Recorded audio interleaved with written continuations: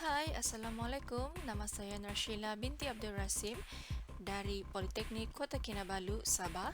Bersama rakan saya Muhammad Nasri bin Hashim akan membentangkan produk inovasi dalam pengajaran dan pembelajaran PNP yang bertajuk The Thread Ninja.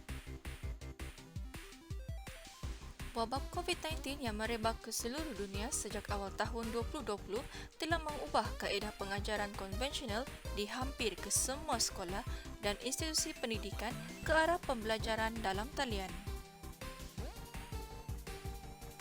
Pandemik COVID-19 telah memberi kesan besar dalam pelbagai aspek kehidupan serta pergerakan menyebabkan rutin hidup normal yang baru. Ini termasuk transformasi dalam aktiviti pengajaran dan pembelajaran dari kuliah bersemuka secara tradisional kepada pembelajaran jarak jauh. Pembelajaran jarak jauh melibatkan penggunaan teknologi untuk memudahkan komunikasi antara pelajar dan guru. Ini memberi kelonggaran kepada pelajar untuk belajar mengikut masa dan kesesuaian mereka sendiri. Pernyataan masalah. Semasa pembelajaran jarak jauh ataupun pembelajaran secara online, pelajar mudah hilang fokus disebabkan masalah capaian internet. Kelas online yang begitu panjang seperti kelas secara Google Zoom, Meet ataupun M-Teams kurang interaktif yang menggalakkan pelajar sering menutup kamera dan mikrofon ketika hadir kelas online. Selain itu, pelajar terpaksa belajar sendiri tanpa ada rakan-rakan yang membantu seperti hadir kelas seperti biasa. Ini bermaksud motivasi, minat dan pencapaian pelajar adalah bergantung sepenuhnya di bahu pelajar sendiri. Kekangan ini membawa kepada pengembangan pendekatan baru seperti penerapan gamifikasi dan pembelajaran berasaskan permainan untuk mengekalkan motivasi pelajar yang penting dalam pembelajaran jarak jauh. Terdapat pelbagai alternatif yang boleh dibangunkan dan digunakan oleh pendidik dalam menjalankan pembelajaran secara atas talian.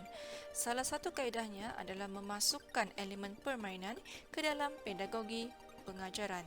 Permainan pendidikan dianggap permainan serius di mana permainan tersebut digunakan untuk tujuan selain daripada hiburan semata-mata. Objektif produk inovasi ini adalah yang pertama, mereka bentuk dan menghasilkan aktiviti kelas berintegrasikan gamifikasi atau pembelajaran berasaskan permainan. Yang kedua, meningkatkan motivasi dan minat pelajar. Dan yang ketiga, meningkatkan tahap pemahaman pelajar terhadap teori yang dipelajari. Apakah perbezaan di antara gamifikasi dan pembelajaran berasaskan permainan? Gamifikasi ataupun gamification menggunakan elemen seperti mata iaitu point, lencana, badge dan papan mata leaderboard yang menyediakan kerangka berorientasikan matlamat untuk meningkatkan motivasi ekstrinsik. Manakala game-based learning secara umum adalah sebuah aplikasi permainan yang dirancang untuk membantu proses pembelajaran lebih mudah. Pelajar mempelajari konsep baru. Kemajuan mereka dalam permainan bergantung kepada pemahaman mereka terhadap informasi yang diberikan. Selain itu, game-based learning melatih 3 stimulus penting iaitu kognitif, psikomotor dan afektif.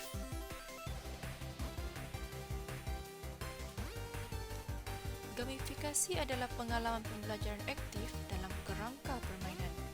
Manakala, game-based learning adalah proses penambahan elemen permainan kepada pengalaman pembelajaran. Berikut adalah perbezaan di antara game-based learning dan juga gamification. Bagi game-based learning, fokus utama adalah untuk mencapai objektif pembelajaran yang menggalakkan pemikiran kritikal dan penyelesaian masalah. Manakala bagi gamification pula, ianya hanyalah tugasan untuk mengumpul mata dan ganjaran. Paparan ini adalah reka bentuk permainan yang dibangunkan menggunakan konsep game-based learning. Reka bentuk permainan. Inovasi PNP ini adalah untuk kegunaan pelajar semester 3 dari program Diploma Teknologi Berasaskan Kayu di Politeknik Kota Kinabalu. Terdapat 25 orang pelajar yang dijadikan sebagai sampel. Platform permainan game ini adalah menggunakan platform Journey. Strategi pemain adalah menggunakan pemain tunggal dengan mensimulasi senario perdagangan. Tujuan permainan ini adalah untuk menjawab soalan berkaitan perdagangan kayu. Soalan yang diberikan adalah mengikut kandungan silabus dan merangkumi kesemua topik bagi kursus perdagangan kayu. Ianya telah disusun mengikut tahap kesukaran dan aras kognitif dari C1 hingga C4. Kursus perdagangan kayu dipilih kerana belum ada lagi inovasi PNP yang diwujudkan bagi kursus ini. The Thread Ninja adalah sebuah game yang berasaskan breakout game, iaitu pemain perlu melepasi satu aras atau satu soalan sebelum boleh ke aras ataupun level seterusnya. Reka bentuk permainan ini adalah suatu situasi perdagangan kayu di mana pemain bertindak sebagai pengeksport yang perlu melepasi prosedur perdagangan yang betul. Jika salah, pemain akan didenda dan dikenakan denda kerana melakukan perdagangan yang haram. The Thread Ninja terbahagi kepada 4 misi yang perlu dilepasi oleh pemain. Setiap satu misi, pemain perlu menjawab atau menyelesaikan 3 hingga 5 soalan.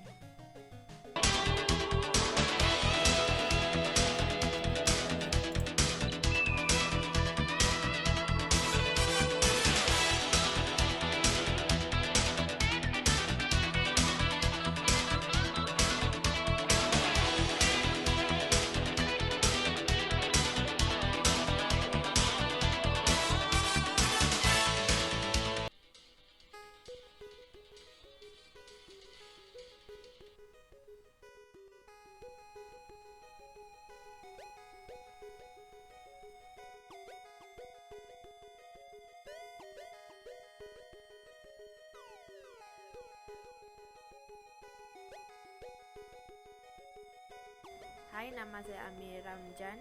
Review saya untuk The Ninja Thread ni, dia bagus untuk menarik minat kalangan kami sebab rata-rata golongan kami banyak yang main game.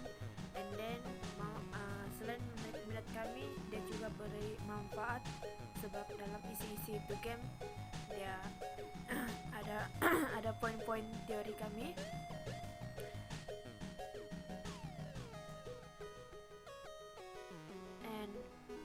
Lagipun ni game kalau gagal dia tidak akan terrestart balik, dia cuma ulang balik soalan tu dan itu mudahkan kami ingat. And ni tema untuk ni game cute sebab dia old school.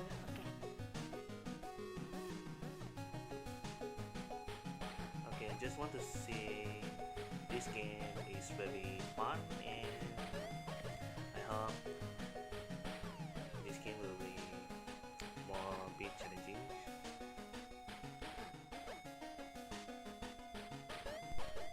Game seperti ini bagus untuk kelas-kelas teori karena ia dapat meningkatkan daya ingatan saya dan juga dapat menambah ilmu pengetahuan.